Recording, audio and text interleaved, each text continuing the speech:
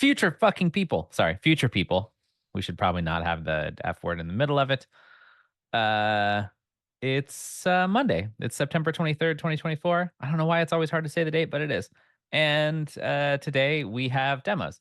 We're gonna start with Fletcher. Fletcher, take it away. All right, I'm going to show what might look normal and maybe a little boring, and that's kind of great.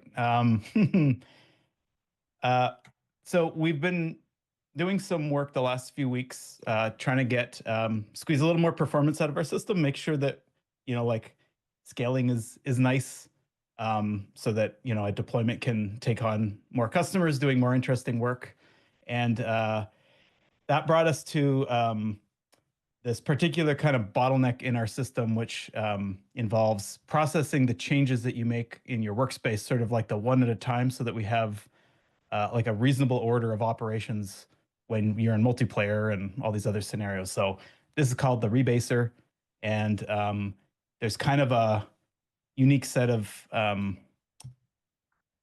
constraints that we do. So we want to process all of the changes on your change set one at a time as quickly as we can in a way that your changes don't get delayed by somebody else's like change set changes if they have a lot more work than you do. So we don't want like one change set to block another, and we want them to happen as quickly as possible because that's how the system sort of shows its progress.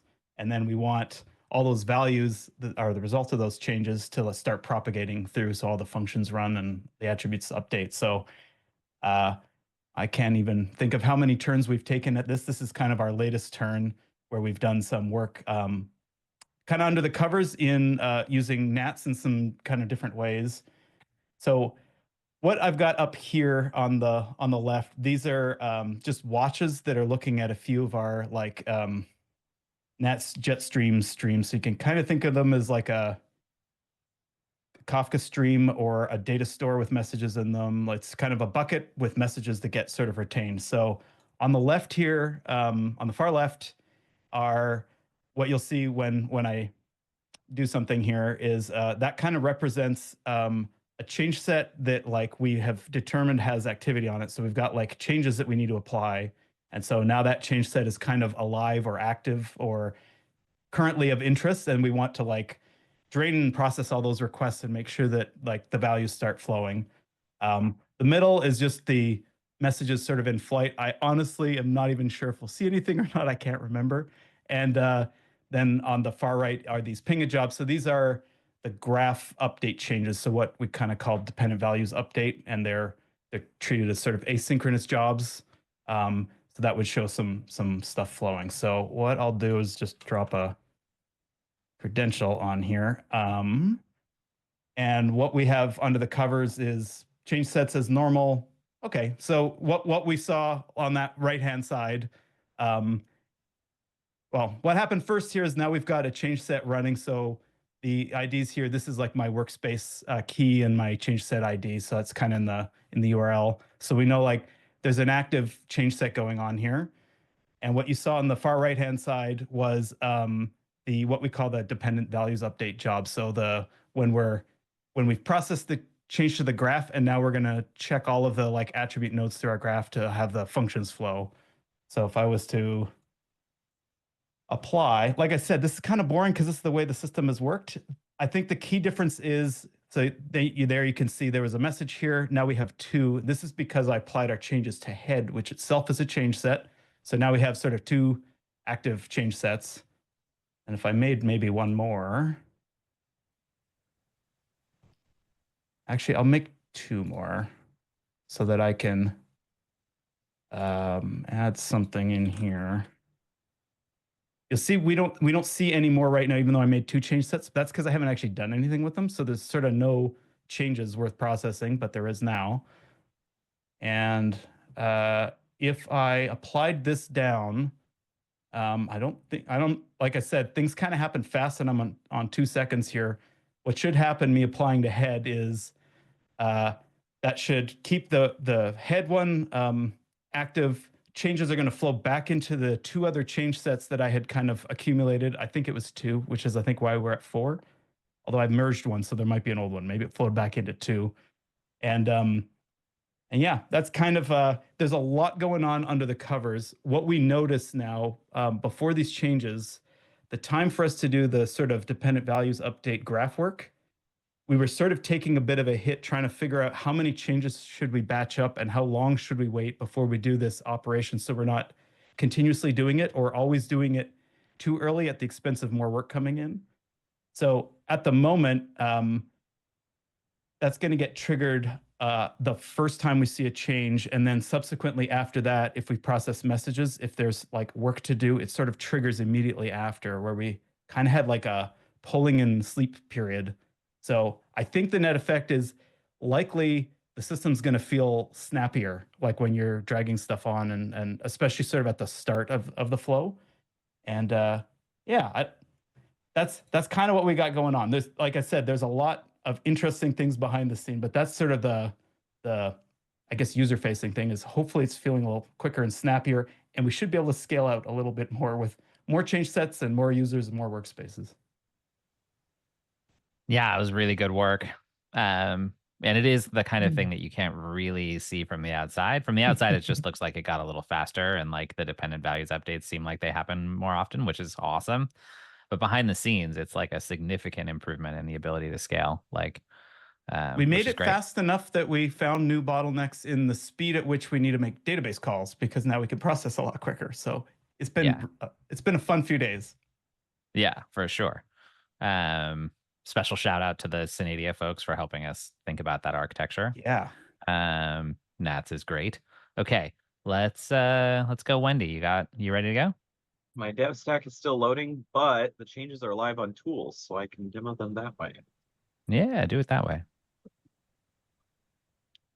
So the feature I'm demoing is new UI for the secrets panel. This is to kind of get everything in line and make sure that our UI is more consistent. So the secrets area now has search, and when we create a secret, that form is now a little bit closer to our style across the interface. So like for display name, like Google secret, and I don't know, it's a secret. Cool. And we're going to store the secret.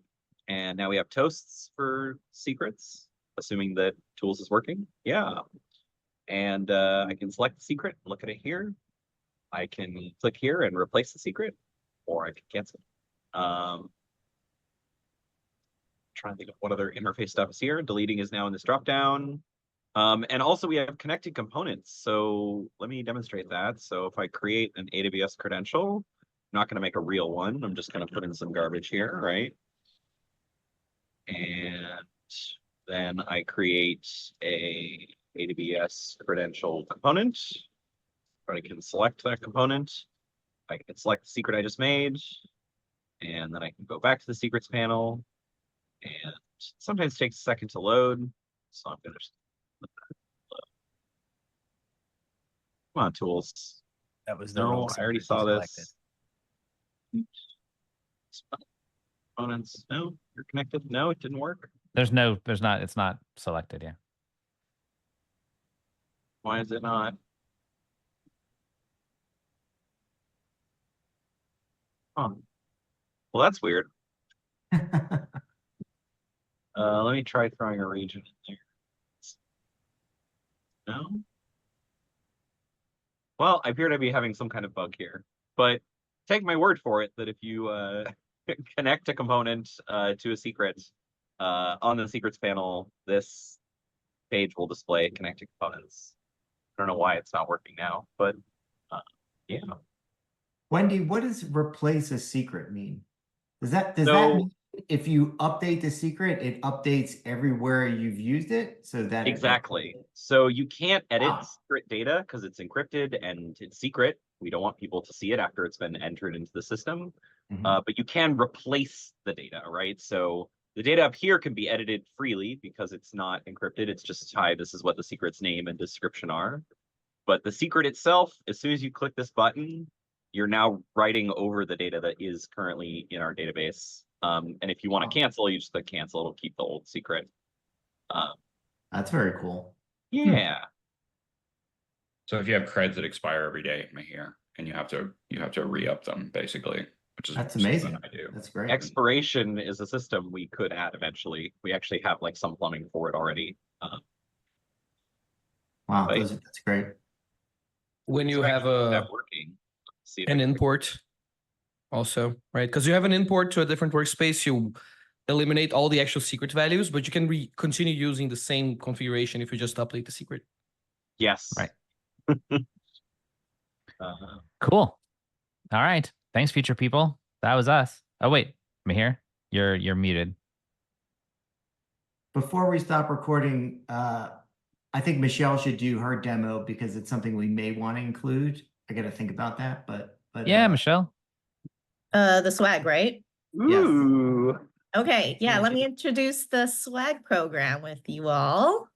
Let me share my screen. I'm looking at the file name now. I'm like paranoid to make sure it's up to Mahir's standard. Is it the Don't Mahir worry. standard file name? So it's this SI swag program. It doesn't have a date or anything. Oh, That's all right. So I wanted to introduce this to you all. So the purpose of the program is designed to recognize and reward contributions that drive the success of our projects and the adoption of SI. By acknowledging these efforts, we aim to foster a culture of collaboration, innovation, and customer engagement. This program not only incentivizes participation, but also creates a sense of belonging and appreciation within our community. But as you know, our community is very important to all of us. So with that said, I'm working with the vendor Cannery Marketing. They've worked with big brands. Let me show you here. They've worked with Nike, Adidas. So let's hope they deliver with our swag. I'm still working on, getting everything designed. So Wow. yeah, they've been working with a lot of brands. So yeah, they have I'm expecting a lot. Let's just say that. So we basically, I guess, divide it into two teams. The first team would be the contributors of assets and code. So we named it the contributor team. So this recognizes users that have contributed to the project, including building assets and submitting PRs to any SI product related repository, including documentation or source code. So all of this will be tracked. I'm hoping Keeve and Paul would help me with this, with just a list of all the users. And I'll do the heavy lifting in terms of like delivering or like just distribution. So with that said, the reward for this team would be basically the gray sweater that we got from the offsite, because I believe the feedback was good. The sweater's nice. sweater's dope. Yeah, so we are thinking of putting the SI logo on the left chest. And then on the sleeve would be the contributor team words on the right sleeve. And then I wanted something different. So I'm adding a woven tag at the bottom of the sweatshirt just to make it a little unique from what we got from the offsite. So that's in progress. Working with the designers on that.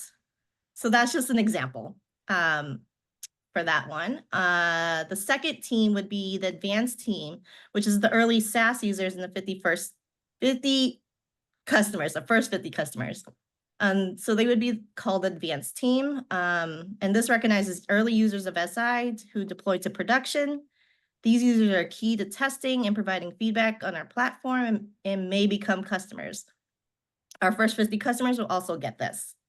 So what we were thinking of is this black shirt. It would have the SI logo on the left chest and then advanced team on the right sleeve. And also the woven tag at the bottom. So what do you think so far? It's a very nice, this is a very nice t-shirt. It's like a organic cotton, nice thing. So, anyway. Yeah. And then post. Yeah, so postcards, we're including postcards with each item. So the contributor team will have their own personalized message. Same with the advanced team. This message was also approved by Mahir, so it's Mahir approved. So we're good to go on that. So I've asked the designers to create postcards for us. So an example would look like this. a blue postcard. I wanted to make sure we have the graphic elements and it, relates to our brand. So it'll look like this. So more to come on that. And then shipping, I decided to have like a customized box to go with the swag. So if you see here, GitLab has their box as an example of what they designed for GitLab. And for this one, this came from the branding guidelines PDF that we got. So it'll sort of look like that, but more to come. They're designing it as well. But yeah, I think it's a nice touch to add with the swag. So in summary, this program is recognizing the contributions of our community, plays a vital role in our success of SI. Their support, feedback, and participation are invaluable, and we hope this program helps demonstrate our appreciation. So if there's any future swag ideas, please give me the feedback, and we'll definitely put that on the sheet. I mean, I do love the trucker hat, so I'm pleased to see the trucker hat on the list. That was great. Yeah. Nice work. Yeah. We should put on the box the future of DevOps automation. We should put that tagline on that box now that I Oh. see it. That'd be pretty cool. Anyway, that looks great. Good stuff. It does. Yeah. It looks great. So that's what I've been working on. Some more to come. Designers are designing all the stuff that I've requested. They're probably sick of me by now going back and forth with all these changes. So yeah, that's all. Nice. That's awesome. Good work. Nice job, Michelle. Of course. All right, future people. Well, now we can say goodbye. See you later.